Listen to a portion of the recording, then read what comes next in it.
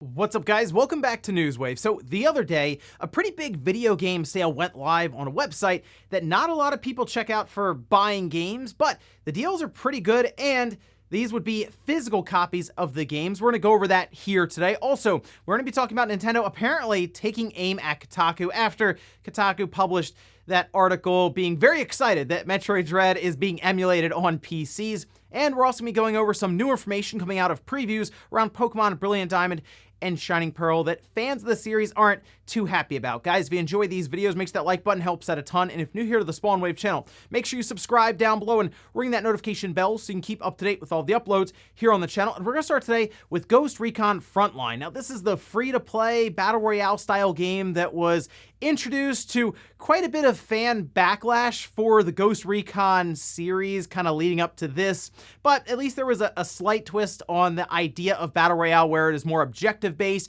You're collecting intel and then attempting to extract from the location. Well, it appears that they are delaying that closed beta. We can see this over on Twitter. This from the Ghost Recon Frontline Twitter account saying, "We have an important message regarding Ghost Recon Frontline's closed test. We have decided it is best to postpone the closed test for Tom Clancy's Ghost Recon Frontline. The development team is dedicated to creating the best experience possible. We'll share details on the new date for the closed test as soon as we can.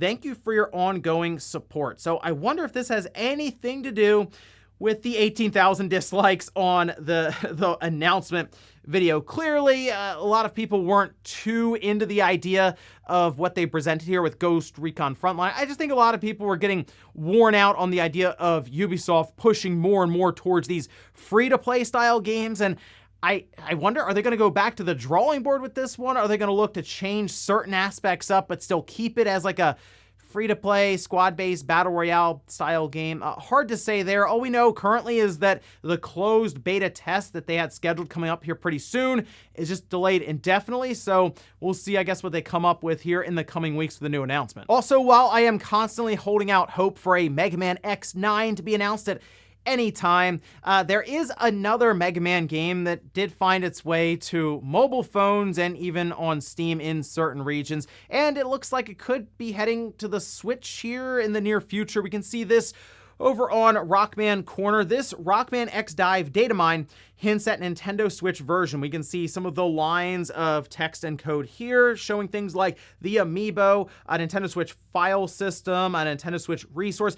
Basically, these are the different things that were found leading up to the Steam release, where instead of Nintendo Switch, it was like Steam for different parts of the Datamine when they were looking through the latest launcher through an update that was released. Now, Rockman X Dive, it's an odd game technically when you look at it, since Mega Man's more about precise controls and use like a touchscreen to control Rockman when you're running through these different levels. And because it is free to play on mobile devices, they do have like a gotcha mechanic thrown in there, of course, to try to get money out of you and all of this. And I do just want Mega Man X9, but I also understand these mobile games are very lucrative for these companies and at times can fund some of these projects that I would like a new Mega Man X game. So I guess it's cool that it could be going to the Switch.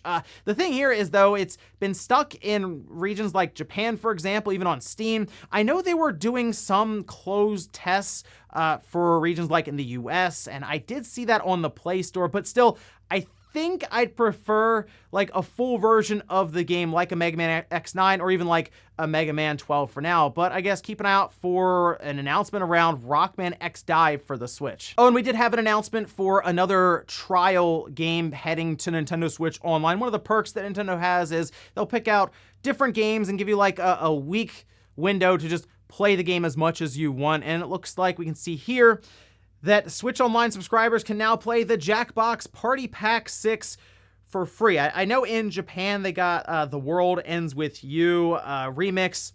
This is certainly a requested game, I'm sure, for people to check out. I mean, I guess it's a fun party game, and it's available from the 13th through the 19th of October, and it's just kind of there. You can check it out. If you haven't checked out any of Jackbox games, you can, I guess, download it and see what you think of it. I guess that is the overall idea of the trial program that they're running, where they'll throw in games that maybe you wouldn't have tried out, but there it is. You can download it and play it for the next week and see what you think. So there you go, Jackbox Party Pack 6 is available. And guys, with some of the quick news out of the way, let's get into the bigger stuff. Let's start right away with the big video game sale that is pretty surprising overall when it comes to the prices. And I have dealt with this website before in the past for other sales that they've run, so I can talk about some of my experiences here with the games and how they arrived and all that. But this is GameFly, and we can see their page here with all the deals set up, and these are physical copies that they will be mailing you. Now, you have to remember, these are games that have been rented out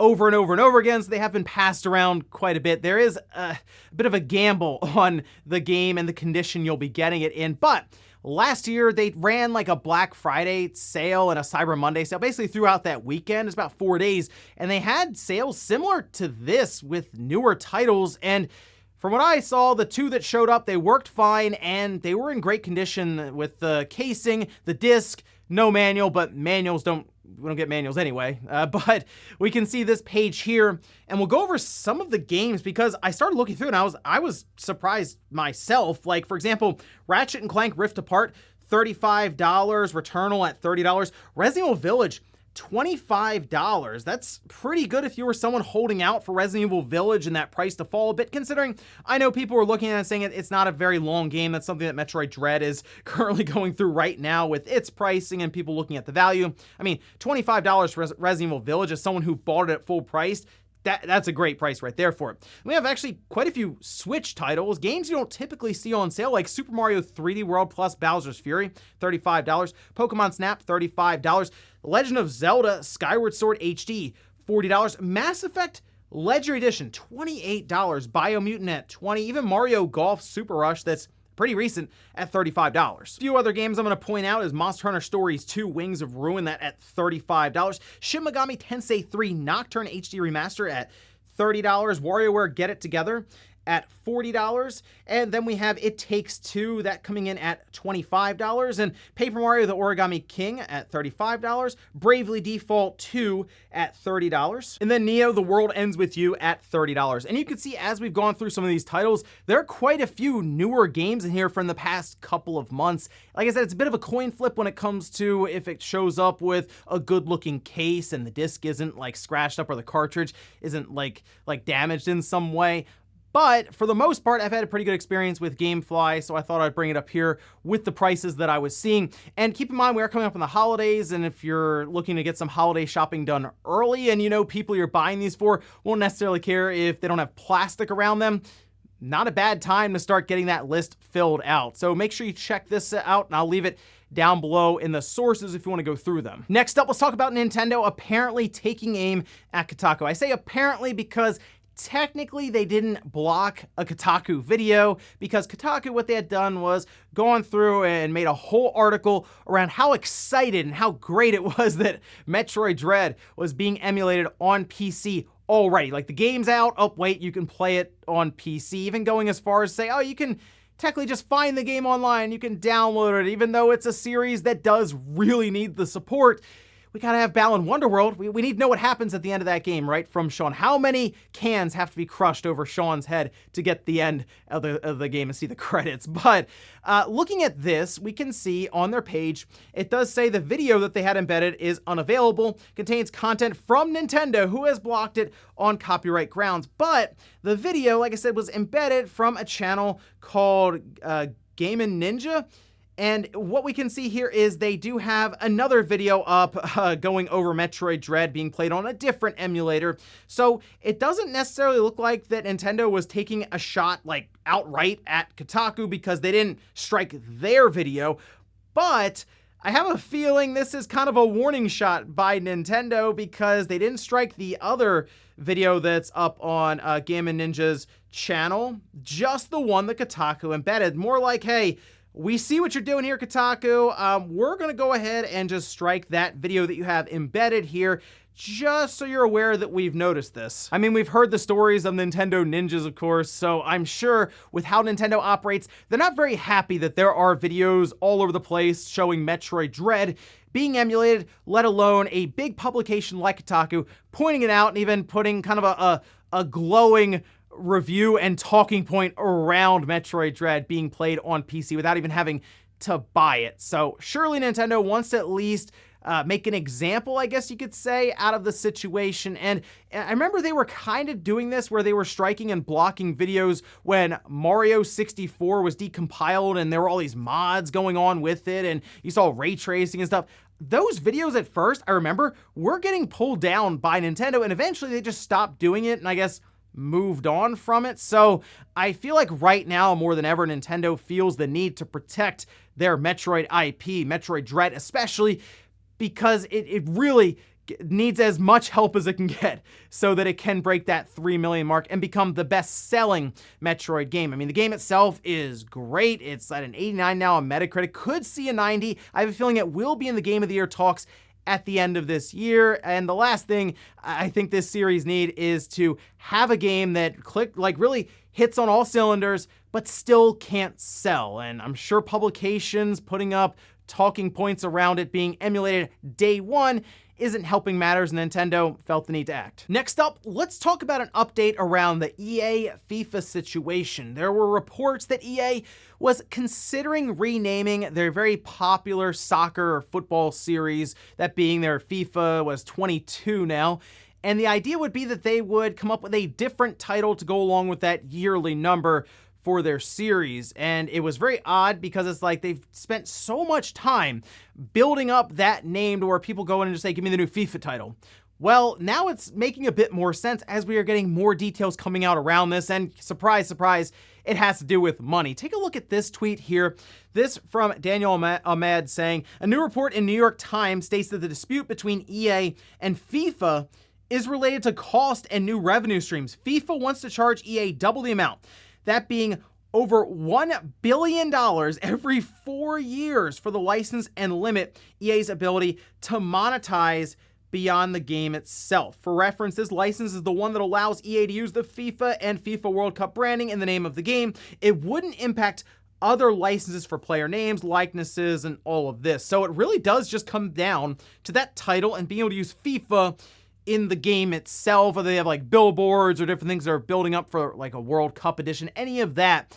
You have to sit down and think, if you're EA, wow, they're putting apparently a limit around monetizing further even outside of that game, but two, they want $1 billion every 4 years. They want every year they want $250 million. That's a lot of money for just a name. Now, that name has been built up so much that I understand at least why FIFA, the organization, would show up and say, well, we're worth more now because you've built this up. And in their mind, they've built it up as well. And yeah, EA is going to look at that and say, well, if we just drop the FIFA title and start building a new name up, in 10 years, we'd probably be okay. It's more of a long-term plan, and they'd be saving $250 million a year. And that's if it doesn't continue to go up from there as they become more and more reliant on that FIFA name. So it does at least make sense why EA has some pause here when it comes to, I guess, re-upping their deal over the next 4 years. And we'll see what they do here. Do they keep the FIFA title, or do they just make up a new name that isn't attached to another organization and then just kind of weather any sales declines they have over the next couple of years? And in our last bit of news, let's talk about Pokemon Brilliant Diamond and Shining Pearl. It's out towards the end of November, and I'm actually looking forward to these. It's not like the big Pokemon release brand new titles like we had with Sword and Shield, but something about getting a remake from the DS days with Diamond and Pearl that I really enjoyed coming up now to the Switch is at least exciting the closer we get to it. But we did have some previews go live, like with Game Informer, for example, and they brought up something that didn't go over too well with the Pokemon community because it has to do with experience share. Now, with Sword and Shield, experience share was just on from the start and you couldn't turn it off, and it essentially gave all the Pokemon that you had with you just experience across the board. And what that ended up doing was making the game a lot easier, because you would just always have a very strong team that continued to level up as you went along with your main Pokemon. Back in the day, you would get an experience share, but you had to give it to one Pokemon, and then you had to choose, which one got it, and that was kind of it. Otherwise, if you wanted Metapod to level up and become Butterfree, you had to drop it out there, take Metapod back, and you know what? Pikachu's just getting punched in the face for a turn.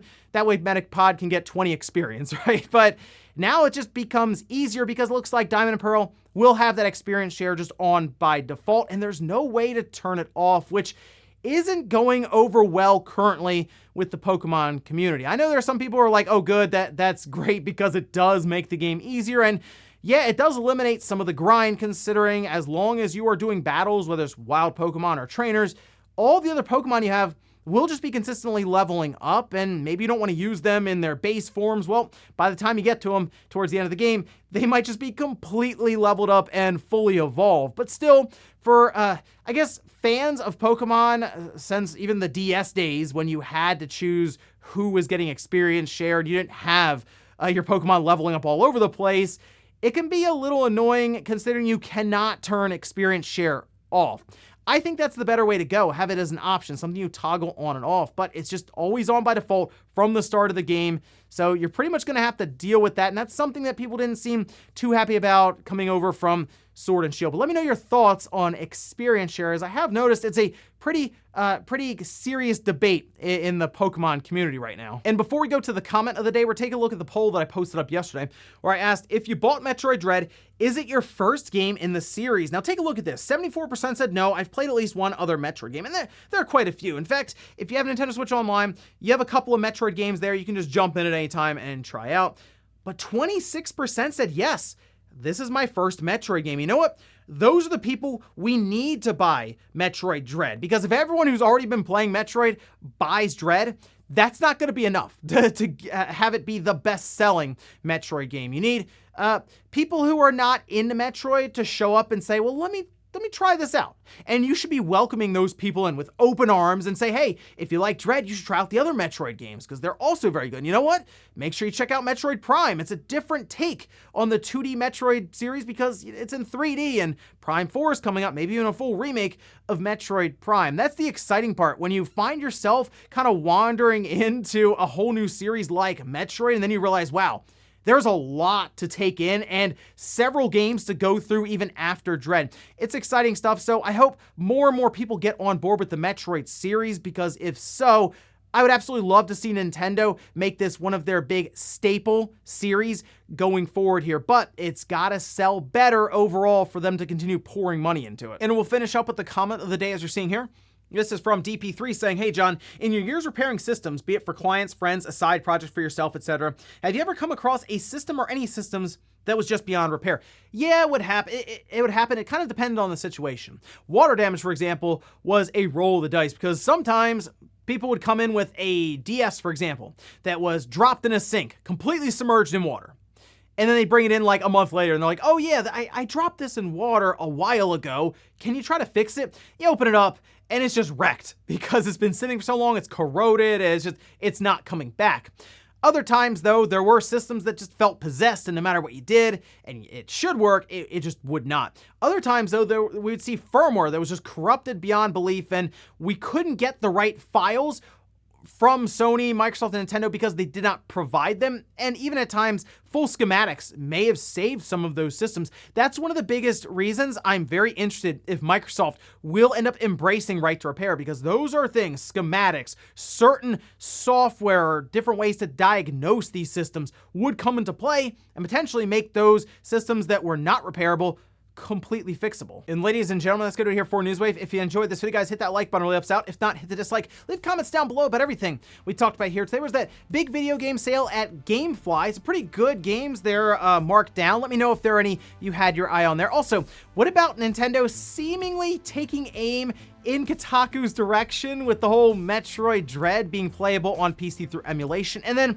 this whole thing around experience share and these newer Pokemon games. How do you feel about that? Thanks guys for watching, and I'll see you next time.